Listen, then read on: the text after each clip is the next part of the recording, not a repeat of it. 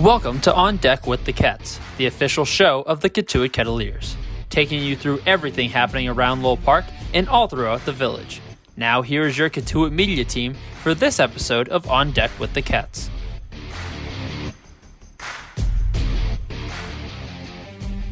Welcome back, Cotuit fans, to another edition of On Deck with the Ketts, the official show of the Cotuit Kettleers. I'm one of your play-by-play broadcasters for 2022, Tim Crowley, joined by my host, partner in the broadcast booth, Jake Starr. Jake, welcome back to the show. Thanks, Tim. Thanks for having me back. Just super excited to get going again. So as we get ready to dive right in, episode 2 of the show, back with you to round out the month of October, and joining us are two not only champions from 2019, but two returners in 2021, a battery pairing of this past summer. Harrison Cohen and Matt Donlan join us, guys. Thanks so much for coming on. Sure. Thanks for having us. Happy to be here. So let's start to dive into your careers in Cotuit. Let's start back a few summers ago. Coming up for a little bit of a cup of coffee at the end of 2019, you were with that championship team. What was it like to be able to, after that championship, then get the chance to come back after the COVID year that we lost in 2020, to then return to Cotuit in 2021? Yeah, so I mean, for me, I know Donnie was pretty similar. We both were in the Hamptons back in 2019. And I remember pulling up to Lowell Park after getting the call up, seeing him in his,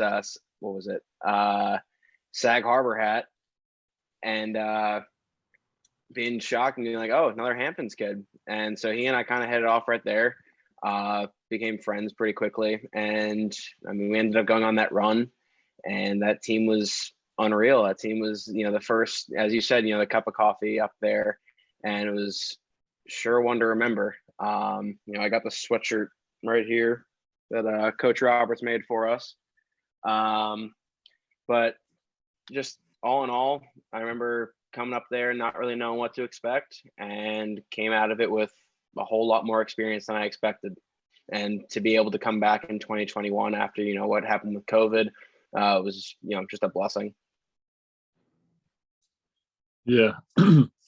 Yeah. I mean, you hit it on the head, but just for me, it was, I was playing at Stonehill at the time as D2. So it was kind of like a wake up call to like the next level of college baseball. And it was just being around guys like Nick Gonzalez and Casey Schmidt was just, it was an awesome experience. It was also a learning experience where you could like build off that for like the rest of our time, and try to be that for try to build off that for the next years coming ahead. Obviously the COVID summer made us do it without that first summer, but coming back the next year, we just wanted to set the tone and try to follow in the footsteps of the guys that we were able to see do it in front of us in 2019. And Matt, I want to bounce back to you here, a little bit of a follow-up. Obviously, you hit on playing D2 before your time at UConn with Stonehill. Since 2019 and that transfers happened, how much different of a player do you feel like you are now from your first time you took a trip to Cotuit a couple years back? Very, very different. I mean, naturally, as you get older and get bigger and stronger, the game gets easier. But since my time at UConn, being around Coach Benders, Coach Horgan, and Coach Mack, and all the guys here in the culture that we have, I'm able to continue to get a lot better, which is, that's all you can ask for when you're part of a college baseball program, and that's been what we've done here. It's been amazing. Now, Matt, thinking back over the summer, one of the many arms that you were able to catch is obviously joining us tonight with Harrison. But what was it like to stand out and catch a staff like this year, especially with so many arms early in the season, and then getting a fresh set of guys in that rotation after the draft? Yeah, it was funny. Like, you try to use the guys as fast as you can. When you get there, you're catching pens and stuff. And sometimes you're throwing out of the game and you're going out to the mound and you're pretty much meeting a guy for the first time. And you're like trying to learn his stuff, what he's going with. And then it felt like you had to do that every 2 weeks this summer because guys were coming in and out. But the staff was awesome. Just a few guys to highlight. You don't have to move the glove when you're catching Jake Brooks from UCLA. So that was fun. Trying to think. Quinn from Stanford is always fun to catch. All the guys are fun to catch, but Brock throwing 100 every day. But it was a good staff. There's so many I could hit on, but they all did a great job. We were just throwing guy after guy, it felt like, and it was awesome to see. It was a good staff to control. And Cohen too. Sorry, Cohen, forgot to mention it. Now, Harrison, speaking of you here, You really had a lot of success in the back half of last season, especially in that super reliever role. So yeah, just talk about that shift a little bit from starting early in the summer and then back to that relief role to kind of close out the year. Yeah, so I mean, I came from GW in the spring where I was a starter. And, I had 2 starts early summer, and both didn't go the way I had hoped. And so after a lot of work with Coach Roberts, and we were discussing the idea of just putting me in the bullpen for the time being, but while that was successful, it really came from the work that he and I put in during the weeks when it was just regular bullpen sessions, whether it was catch play, just a couple things, little tweaks here and there, and it got me back down into the zone. I struggled a little bit with command, and just leaving too many pitches over the middle and just in the zone that were hittable. And like the Cape, you really can't get away with that. And so I think I kind of just learned how to, come in real and be on as soon as I could, as opposed to, having that build up prior to a game and having, thinking and all that stuff. And now while I still plan on being a starter, I think being out of the bullpen definitely helped my mindset, because it got me focused very quickly. Now, both of you had some really standout performances, especially later in that season, the playoff push that ultimately got you guys to the West Finals against Bourne. For each, obviously for Harrison pitching and for Matt catching, was there a game that really stood out to you, a favorite game that you pitched or caught? Prior to the playoffs, I'd say I think the Wareham game. Jake Brooks and I combined, I believe, for a 2-hit shutout. And that was kind of the night, at least for me, where it all seemed to come together. And it really built up my confidence going into the later half of the season. And I had a sense of belonging. Like I thought I belonged from the first day I was there, but just being able to finish that out and combine that with Brooksy was a feeling that I can't really describe. And I know Donnie was, I think Donnie was behind the plate that game, so I think he can remember that. But that was probably the highlight moment for me. Yeah. Yeah, I mean, I'm honestly having trouble remembering a bunch, but one of the games, it's not my favorite game, but one of the standout ones that I'll never forget. Well, I didn't play in like the first 8 innings of it. I was just hanging out in the dugout talking with Geek, most likely. That's the guy I would talk to all game. And I don't think I bent my knees from when BP ended until the bottom of the 9th. We were at Falmouth, and Coach Roberts told me to go get my shins on. And I was like, I asked him right now, and he said, yeah. So he called a timeout, and I threw my shins on, threw my cupping because I wasn't wearing it, and ran out there and went in the game, bottom of the 9th against Falmouth, down for 1 out, 2 innings of a game. And I had a catcher pop up that I missed, hit off my glove, and my boy Brooks came in and snagged it for the win. And that was wild. I'll never forget that one. Was that the game with Peavy House? Yeah, it was. Yeah, that was nuts. That was nuts. They were chirping. One of the best endings, no doubt.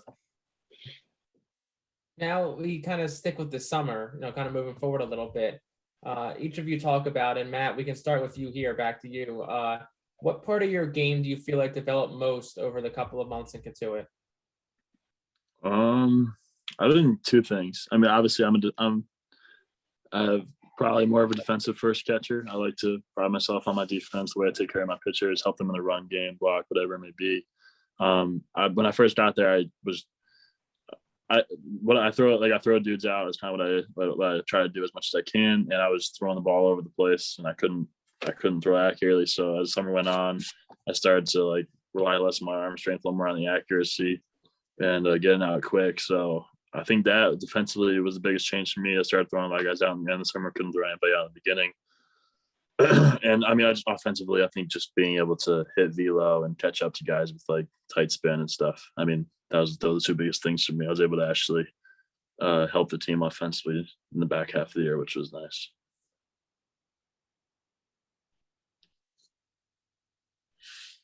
And Harrison, same bounce over to you. Same question here. I'd say for like number one was commanding the baseball. I'm someone who, I mean, in that shortened year, and that was, the spring following the little stint in 2019, I had really good command. And, the COVID the actual year in 21, my command kind of suffered a little bit. And we're trying to figure out why. There were a couple of things that were kind of off in my delivery. And as I mentioned before, working with Coach Roberts. But for my personal stats and looking back at it, my two starts that I think I had 5 innings pitched, something like that. And I think I had 4 or 5 walks. And that was too high for me. So I remember out of the bullpen and for the rest of the summer, I think I threw 25 or 26 more innings, and I think I only walked 2 or 3 guys. So that was a big thing for me, being able to really command the baseball and command all 3 of my pitches, where basically to each side of the plate, down, make sure everything is down. That was one big thing that Coach Roberts and I kind of tried to get as deep in my brain as possible and as much muscle memory as possible, was the misses are down, because misses with the breaking ball up tend to go far. And I mean, Donnie can speak on it, because Donnie caught me. I think Donnie definitely caught me more than any catcher that we had. I know Suggs was there in the end, but Donnie was the catcher that caught me most. And I know for a fact that I would tell him most of my outings, keep me down there, keep me down there. I like having a target. And I even say it to my catcher now, who actually was in Wareham, Anthony Frechette, who's at GW now. And I tell him, keep me down in the zone, because I like having a target that's low, and I like having a catcher that can get low. And for me, that kind of helps me see the ball and really release it out in front, and everything stays down. So I'd say for there really wasn't much else I think that improved as much as it was my command. And, I could say confidence as well. I think of myself as, pretty confident that I can compete with the best out there. But I'd say getting my command to where it was will really help me with competing. Now, each of you, after, again, a quick trip to Cotuit in 2019, got a full summer to play for and learn from Coach Roberts throughout a full Cape League season. What were some of the biggest takeaways you had from the conversations you had with him about your each individual games? Change-ups. Very, very, very important is to throw a change-up and be able to throw it whenever you want. That was something that he reiterated every single day, whether it was the same 30 guys that we had, or sorry, not 30, but same 15 pitchers that we had at the start of the summer, or the new group that came in every couple weeks following the draft. It was hone in, throw your change up every single day, because that is the pitch that he likes more than anything else. I mean, yeah, for me, we worked on a bunch of stuff. Pitch calling was huge. We got more feel for that as the year went on, like talking to him between innings, writing down like what we're seeing from other hitters from the side, from what I'm seeing from behind the plate. So it's getting to know the game more and familiarize yourself and be able to call our own games was something that we worked on a lot. And I think that was what stood out the most. Offensively, he helped me a ton in terms of just like, he preached the same concepts to hitting, which was nice, and simplified it for us. And we got in there countless mornings before, or after camp, before pregame, whenever, and he would put the machine on and have us catch up to velo. And that was probably, those two probably the biggest standouts for me. And honestly, just one more thing from my end, and this is for the pitching staff as a whole. And one thing that actually did end up helping with my command was being controlled in your delivery. A lot of guys, obviously it depends on the person, but a lot of guys tend to, overthrow or lose control of their body, which ends up making them lose control of the zone. And so one thing that Coach Roberts would always demonstrate or have us do in the bullpen was just simplify our delivery and, stay kind of centered towards the plate. Kind of like an old school mentality, but, it worked. And for me, when I simplified my delivery and was able to finish, kind of straight on. I mean, Donnie can probably attest to it, was my command, my control of the zone and control of all three of my pitches really, really improved. Awesome. And before I jump to this last question, Harrison, I would be remiss if I didn't say that Anthony Frechette, I played baseball with growing up back at home in Westchester, Pennsylvania. So a little small world connection right there. But going to that kind of last question I had right there, Harrison, I can start with you. Kind of what lies ahead, for you in your career, and then Matt can pick up after that. Well, right now it's finish up fall with GW and hope to lead and help them win an A10 championship come the spring. Anything later on my personal and my career, it's out of my hands right now. The only thing I can do for the time being is just work to continue being a better pitcher, better player, better person, and a better, teammate, honestly. I'm one of the older guys on our team. I got to try to be that leader, whether it's in the dugout, whether it's on the mound, whether it's in the, in the bullpen, discussing it with all our pitching staff, even just the players in general. Come springtime, and the goal is an Atlantic 10 championship, which GW hasn't had since 2002. We've been trying for a long time. We certainly have the talent to do it. And I know if you ask any single guy on this team, we're excited and we think that we can do it. So.